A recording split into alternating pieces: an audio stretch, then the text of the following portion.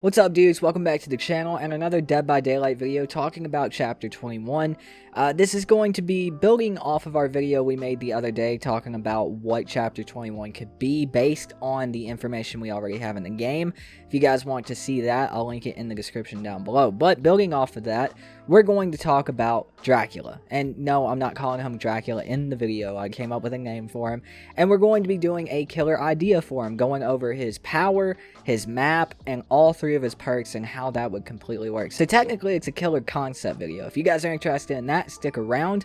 But if you do enjoy the video, by the end of the video, I would really appreciate a like on the video and possibly subscribing to the channel for more Dead by Daylight and fighting game content like this. Well, this ain't fighting game content, but Dead by Daylight content. But anyways, with that out of the way, let's go ahead and jump into this. So I worked very hard on this. Nobody laugh at me. I'm not very good in Photoshop. I'm getting there though.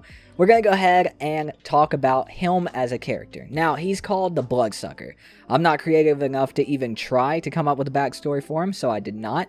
But his map is the castle, and we've already seen the castle and his little archive thing. If this does end up being a killer, we've already kind of seen what his map could possibly be. So I just used a picture of that, and we have his power, which is Bloody Skies. Yes, I'm not creative when it comes to the names either, but let's go ahead and talk about his power. Now, he does have two different powers. I gave him kind of a charge power where you do things over time and it builds up. Think Oni, kind of Oni with a little bit of Demogorgon.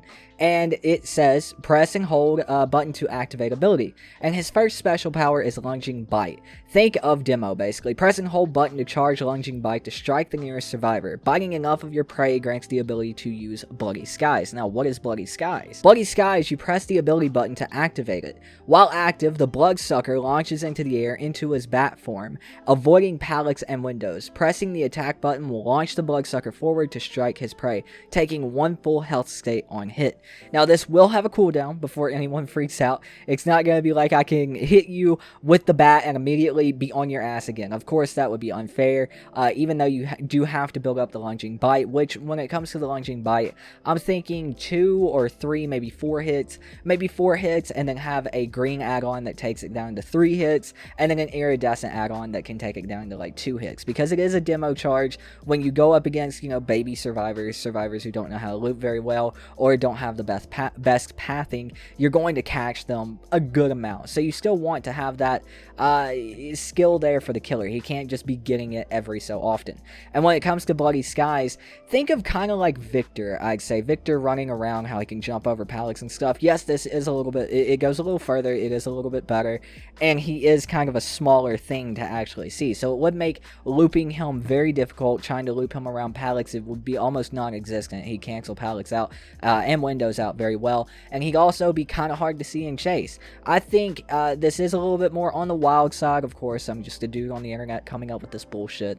I think it's a little bit more on the wild side, and it could use a little bit of balancing to it, but I think it's a good idea to make a good, strong killer. What do we all want in a killer? A killer who's effective at killing. A killer who's effective at dealing with loops, god loops, shack pallet, really safe pallets. We all want that killer to do that, and I think the Bloodsucker, he has in mind on paper the perfect backstory when it comes to Dracula to be able to do something like that with his power and make it very interesting. Now, what happens if you miss your lunging ability? Well, I'd say it's something along the lines of Victor, where the survivor like picks you up and smashes you against the wall, or like smashes you in their hand, or something cool and brutal. I've liked the more brutal sense of the twins chapter with like kicking Victor. I think that's a little brutal, and just everything that goes into that and the whole twins design. So I think the game is heading in a good direction as far as like how brutal the game is, being a game based around killers in a off-world realm murdering people over and over again. I think the game could use a little bit more brutality, and I mean, animal brutality is not the best, but it's technically Dracula, so you're smashing Dracula. And then I feel like he could appear at like a random spot on the map. There's no chance to get back into chase with that survivor. Balance it out a little bit. There's no chance to get back into chase with that specific survivor, or maybe there is if it randomly puts you at a good spot to find them again.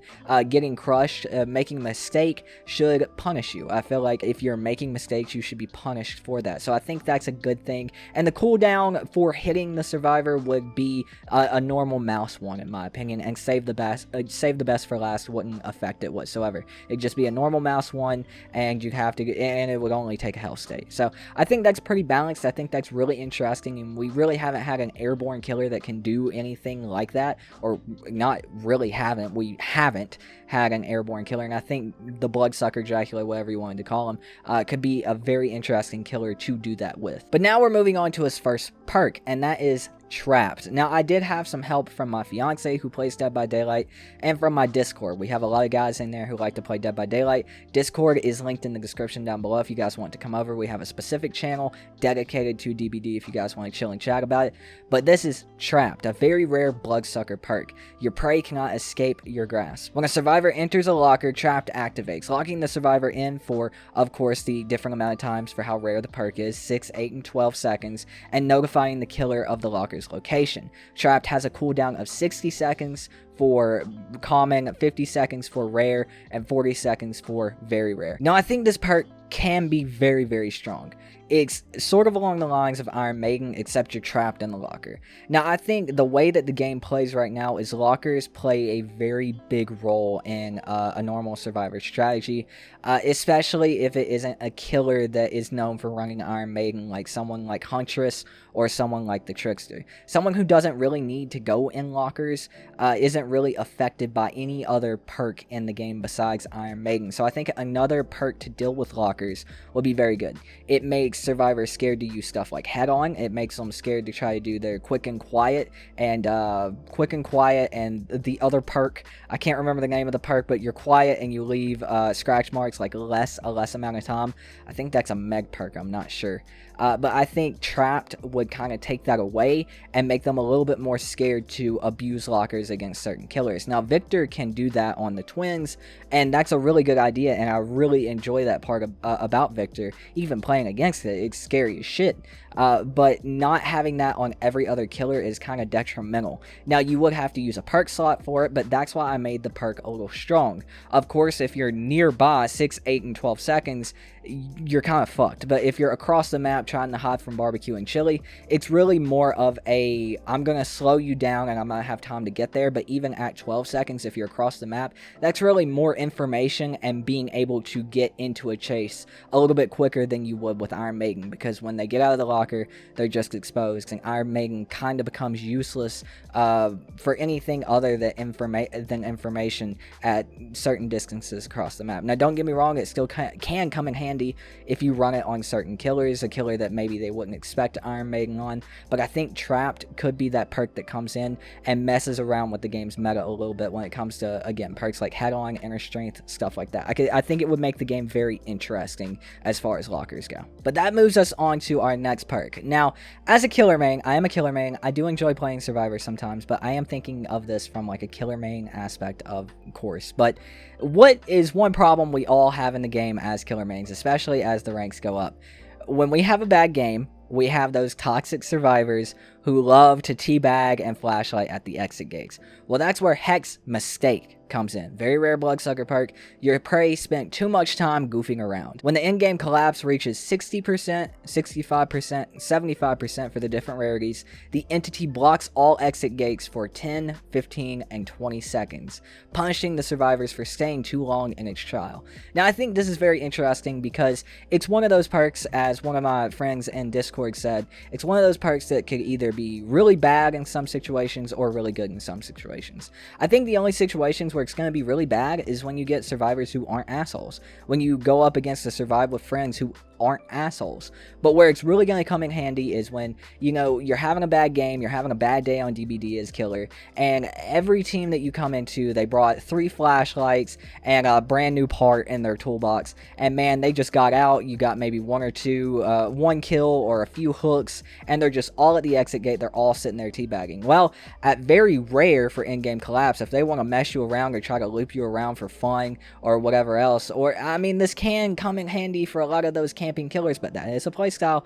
You know, if they spend too much time trying to be too altruistic, coming back in and getting those saves and just doing everything in their power to abuse mechanics like body blocking and everything else to keep you from getting anything in the game, well, that screws them over. At the rarest, you 75%. So that's when the in-game collapse starts. From the top, it goes down to 75%, and at the rarest form, the exit gate is blocked for 20 seconds. So it's kind of like a Blood Warden of sorts, but it's only a Blood Warden for the survivors who like to waste the in-game collapse messing with you, or they like to waste your time and hide out the in-game collapse near the trapdoor or near an exit gate while you're searching all the exit gates trying to find where they went, or you just like looked at a corner because they're just wasting your time and getting on your nerves. Well, if you play that out, if you're able to bamboozle them, if you will, they kind of get screwed, and you at least get one down from that. Now, of course, this can be, like I said, it can be strong in some instances where if you pair it with NOED or something like that, you are just completely demolishing people. So, of course,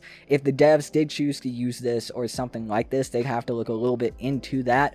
Maybe it's a perk that doesn't work with NOED, or maybe the effects of NOED are kind of detrimented due to this perk. Maybe it's a hex perk that kind of contradicts another hex perk. It kind of works in its disadvantage, something like that. We haven't seen that in the game yet. That'd be interesting. But I think this perk is just really good for those survivors who want to be assholes and teabag and everything else. Well, it's not really necessary. I think this perk is just a perk that I thought of kinda, and my fiance helped me with it. It's kind of helping the toxicity in the game. Yeah, they can still talk shit outside the trial, but if they try to do it in the trial, they kind of get messed up for it. And they'll have to start thinking about how long they can fuck with you for. They can still fuck with you, but how long can they do it for? And if they mess up, you know, that's their mistake. Hex mistake. But then that moves us on to our last perk, and this was another perk that I had some help from the Discord for. It's called See No Evil, a very rare Bloodsucker perk. Your prey has become oblivious to your presence. After hooking a survivor, you gain the undetectable status effect until hitting another survivor. See No Evil has a cooldown of 60, 55, and 50 seconds.